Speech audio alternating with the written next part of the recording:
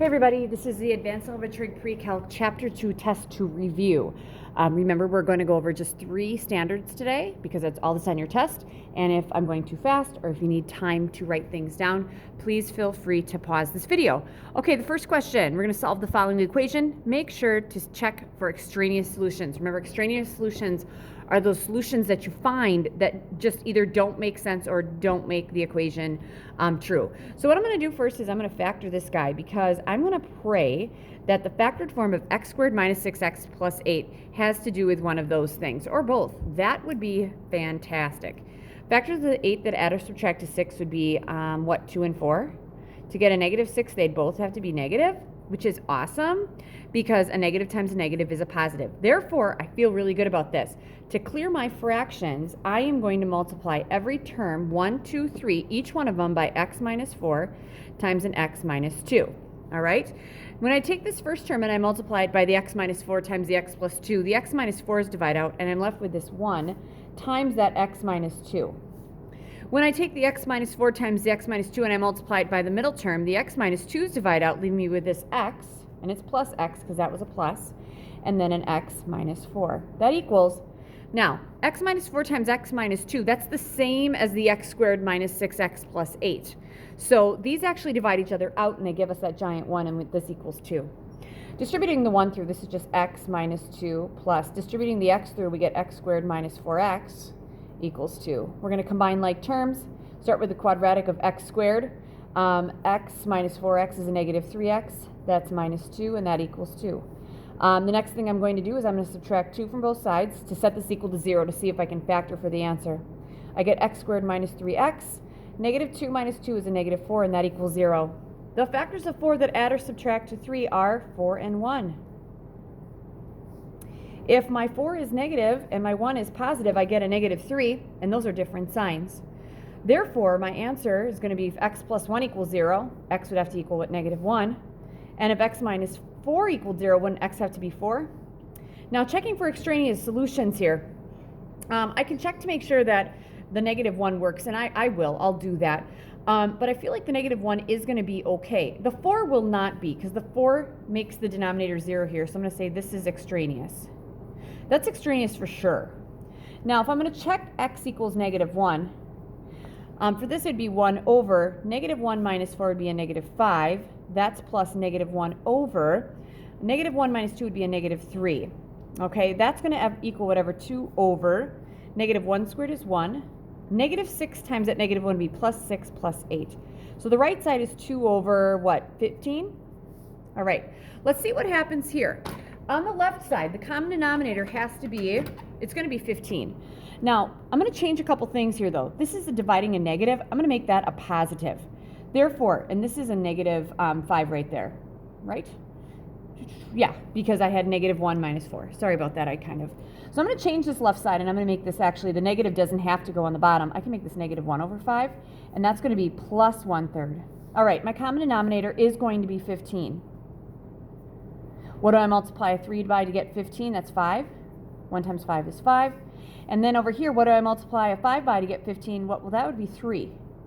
3 times a negative 1 is a negative 3. Negative 5, or negative 3 plus 5 is 2. That's over 15. These guys equal, that checks. So my only answer is x equals negative 1, and that, in fact, does check within my equation. All right, next one. Find the zeros for this algebraically. Okay, well, here's the deal. We need to, I'm going to clear all this out. I have to find some real zeros. So I'm going to go on my calculator, x cubed minus 7x squared plus 18x minus 126. And I'm going to hope that I find a 0 here. Nothing there. Let's go this way. There, I got one at 7. X equals 7. Now, I like to keep track of these, so this is x equals 7. That means that this comes from an x minus 7 times something else. Now, I'm not seeing anything else here. I'm willing to bet the 7 only has a multiplicity of 1, because if it had 2, that would mean there'd be another real one. I guess there could be. Let's do a zoom 6 and see what's happening. It's 7. Should be over here. It's going through. So it's got some more real zeros or imaginary. I'm not really sure, but we'll find that out, okay? So let's do synthetic division on a 7. I'm going to go with 1, negative 7, 18, and negative 126. All right, drop the 1. 1 times 7 is 7. Add down, that's 0. 7 times 0 is 0. Add down, that's 18. 7 times 18. Let me be honest with you. I don't know my multiples of 18. That's 126, which is good because that adds to give me 0. Remainder, constant, x squared. We're left with x squared plus 18. That equals 0. Okay, we can't factor that. So this factors to a linear and a quadratic. That's it. Those two multiply to give me that. All right, guys, let's see what I'm going to do here. Let's solve for x here because I have to find the zeros, and there could be 3. Subtract 18. I get x squared equals negative 18. Then I'm going to take the square root. Remember, I need 2 zeros. This is where that plus or minus comes from. X equals. All right, this negative on the inside means I have an imaginary. Square root of 18. Oh, there's not a square root of 18 I can do in my head, but 18 has a 9 in it times 2. What's the square root of 9? It's 3. So I'm going to actually make this I 3i square root of 2. Those are my 3. X equals 7. I'd have 3i times the square root of 2 and negative 3i times the square root of 2. And those are my 3 zeros. All right, I have another one of these because these tend to be our big ones. X to the 4th. Oh, we could have 4 of them. All right, let's put this in our calculators and see if we can find some real zeros that will help us find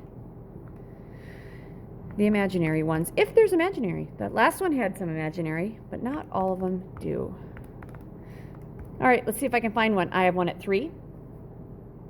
Do I have any other ones? Oh, there we go, negative 2. That's all that I need, because if I divide those out, I'm good. So if I'm taking this to its factored form, this would be an x minus 3 times an x plus 2, and I'm not sure what comes after that. All right, let's take the 3 out first. So 3's out across the top. 1, negative 5, 9, 13, negative 66. All right, so it goes 4, 3, 2, 1, 0. Here we go, drop the 1. 1 times 3 is 3, add down negative 2. 3 times a negative 2 is a negative 5. Add down, that's 4. 3 times 4 is, 12. Add down, that's... I feel like I might have something going on here. We will have to check this in just a second. I may have made a mistake. We will see soon. That's 25, right? And that's 77, so 75. So that's not really working for me. Was it 3? Oh, sorry. Wait, no. Was it 3? Yeah, it's 3. Let's make sure we got this in here right. X to the 4th minus 5 plus 9. I probably just made a little mistake. Let's see what we got here. All right, so this was at, it was at 3. Yep. Drop the 1. 3 times 1 is 3. Add down, that's negative 2. Oh, I can't multiply. This is why I miss you guys, because I always make mistakes and you catch me. And I'm sure some of you are watching this and going, Miss Henschel, it's negative 6. You go too fast. Add down 3. That's 9. Add down. Oh, what is that? 22. 3 times 22 is 66. There we go. 0. Whew, thank God. Thought I'd have to start this video over. All right, that's my first one. Next, let's take that negative 2 out. Let's divide it. I could have done it either way. This is what I should have. Oh, I don't want to start with the original one here, you guys, because all I'm going to do is get a third-degree polynomial again, and I need to break this down. I need to divide it down, because it goes remainder, constant, x squared, x cubed. So here we go, 1, negative 2, 3, 22, and here we go. Drop the 2, or drop the 1. 1 times a negative 2 is a negative 2. Add down, negative 4. Negative 2 times negative 4 is 8. Add down, 11. 11 times a negative 2 is negative 22. Add down, that's 0. All right, guys, I am left with x squared minus 4x plus 11. I know I can't factor that. Therefore, the factored form would be 2 linears and 1 quadratic. But I know I can get 2 zeros out of this guy. Let's set this equal to 0. And if you know the formula, go for it. You could do the formula now. I'm not. I don't need to. I'm going to complete the square. All right? So here we go. I'm going to complete the square with these two. So I'm going to take x squared minus 4x. All right. If I want to do it like the regular old way, I guess, whenever I'm graphing, I'll just do this. I'll go plus 11 equals 0. I'm going to complete the square right here. That has to be something times something, which is something squared. X and x.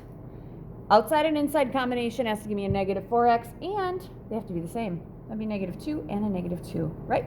That would give me x minus 2 squared. All right, folks, here's the deal. What did I add here? X times x is x squared. Negative 2x gives me 4x. Negative 2 times negative 2, that gives me plus 4. And to balance my equation, I'm going to subtract 4 from here. There's a couple ways to do this, but that is how I will do it for now. I actually could have added 4 to the other side as well, but it all will work out. All right, negative 11 minus 4, plus 7, that equals 0. All right, folks, here we go. Subtract 7. I'm going to have x minus 2 squared equals negative 7. Take the square root. Here's where we get our last 2 zeros because I could have gotten 4. X minus 2 equals plus or minus. This is out as an I. There is no square root of 7 and no perfect squares that divide evenly into 7, so I'm good. Add 2. X equals 2 plus or minus I times the square root of 7. So my last 2 zeros, kind of see them right there. 3, negative 2. I have 2 plus I times the square root of 7 and 2 minus I times the square root of 7. And if I really want to look at this graph, I don't know if I'm going to see it, but all of them? Ooh, yeah, I'd have to zoom out. Look at that. That's crazy. I see 2. I'm willing to bet that's all I'm going to see, you guys, but I'll zoom out a couple times.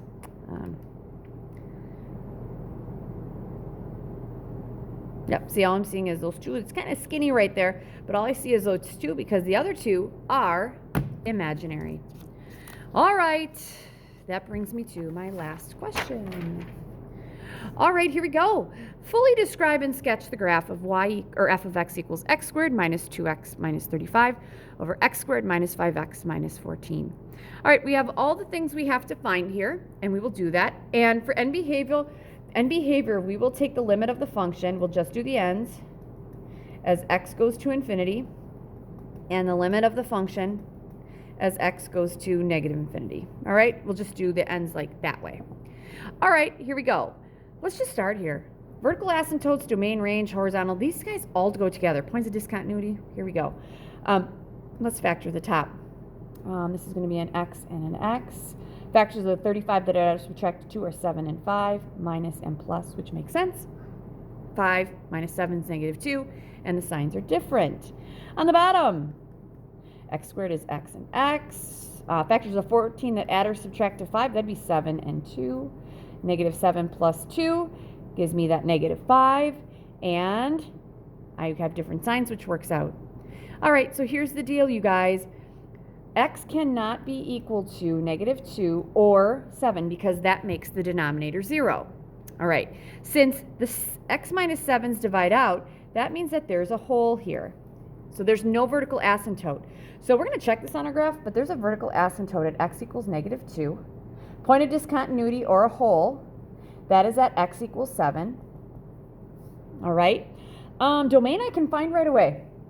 It's anything but negative 2 or 7. So we're going to go negative infinity to negative 2 in union with negative 2 to 7 in union with 7 to infinity. We've done that before. Horizontal asymptote. Okay, horizontal asymptote. Remember, we're taking the degree of the numerator and comparing it to the degree of the denominator. Well, the degrees are the same. Therefore, there is a horizontal asymptote, and what we're going to do is divide out the leading coefficients. Well, 1 divided by 1 is 1.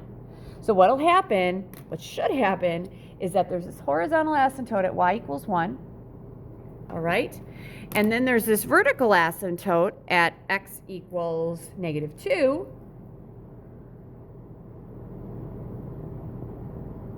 All right, and we should probably see some things getting close to that, okay? And we're going to find some other things. Now, the range, I'm not going to look at the range yet. It looks like it'll be anything but 1. But the thing is, I want to see, does it go through? Because sometimes it goes through that horizontal asymptote. All right, let's go find the x-intercepts. For the x-intercepts, we're going to make this equal to 0. So we're going to have 0 equals x squared minus 2x minus 35. That's over x squared minus 5x minus 14. Well, to get rid of that denominator, wouldn't we just multiply both sides by an x squared minus 5x minus 14? 0 times anything is 0, and I get x squared minus 2x minus 35. We can factor that. We actually just did. X is going to be equal to 7 or 5. All right? And for my x-intercepts, x equals 7 or 5. I'm not feeling it for 7. You know why? Because x can't be 7. There's a hole there. So this is not going to be an x-intercept. There's one at 5.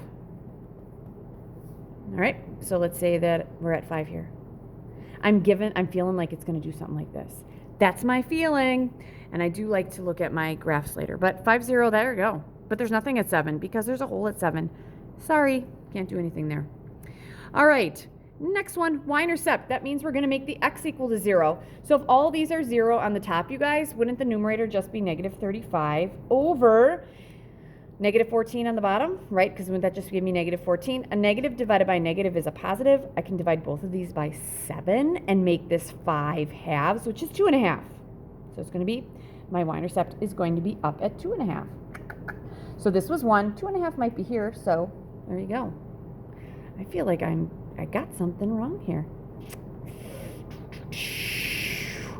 But we will take a look in just a moment. All right.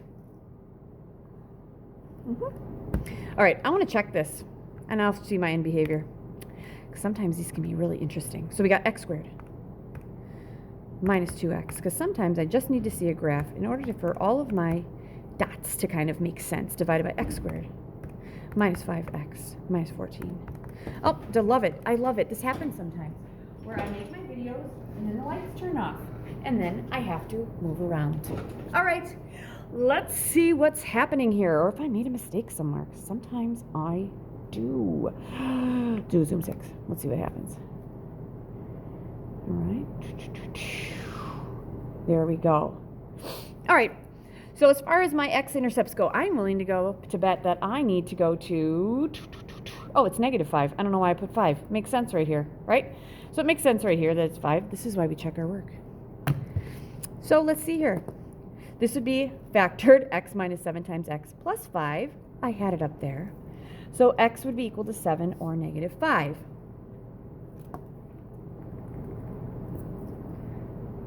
Let's say that's negative 5 because that's negative 2. Sorry about that. Should have had that right the first time. So again, just kind of going through this. When I did all the math right here, I just made one silly little factoring mistake. But these two divide out, and we get 0 equals x squared minus 2x minus 35. When I factor that, that's x minus 7 times x plus 5, which I did show up here. X would be equal to 7 or negative 5. Now the problem is there's a hole at 7, so we don't have to worry about that one. That means there's only one x-intercept at negative 5. The y-intercept at 2.5 actually makes sense now, or 5 halves. And I can check my table. Ooh, I love it. See, 2.5 right there. And I'm getting an error at negative 2, which is great because I'm supposed to, right? Yeah, because there's an asymptote. I should also get an error at 7. Why? Because that's where the hole is, right? So here we go. So it's something like this. It's going to go, and what's important here is, there we go. It looks like when I trace it, I'm not going to hit a y of 1. See, I'm right above that y of 1 right there. And I could keep going. I'll go on the other side. I should be below 1, a y of 1 there. Here we go. So I'm below, see, I'm below 1. I'm below 1. I'm still below 1. And I'm still below 1. And I'm going to still be below 1. So here we go. It's going to do something like this. That's my x-intercept. That's my y-intercept. And then there's one other thing I want to do. There's a hole at 7. So let's just say if this was 5, this could be 7. And there is a hole right there, right? Because we said at negative 2, or at 7, first there's an error there. And now I'll scroll up to negative 2. There's my error there. So there's a hole right there. Oh, okay. My range, I'm feeling good about my range then because it looks like it does not hit at y equals 1. Therefore, it went from negative infinity to negative 1. And that's in union with, and it went from negative or positive 1. Sorry, my bad. That's my y, my horizontal asymptote was. And then it went from 1 to infinity because it goes up. All right, which brings me to end behavior. Okay, I'm going to actually look at this graph. As my x's go to infinity, what are my y's getting close to? Aren't they getting close to 1? And on this side, as my x's are going to negative infinity, what are my y's getting close to? Also 1. I don't know why I keep putting negative 1 there. All right, so we went through a couple of those in class. Sorry about that. I kind of messed up. I don't know why I didn't see that my factoring was supposed to be the same. But again, for that part, that was the x-intercept. You're only going to have one x-intercept on this because you have a horizontal asymptote, and that means it's just going to hit at one spot. And in this case, it was where your x was equal to negative 5, not positive 5. All right, there you go. Kind of a little longer on that one just because I kind of flubbed up that one. But we should be ready to go. Remember to always check with your calculator and your graph. Good luck.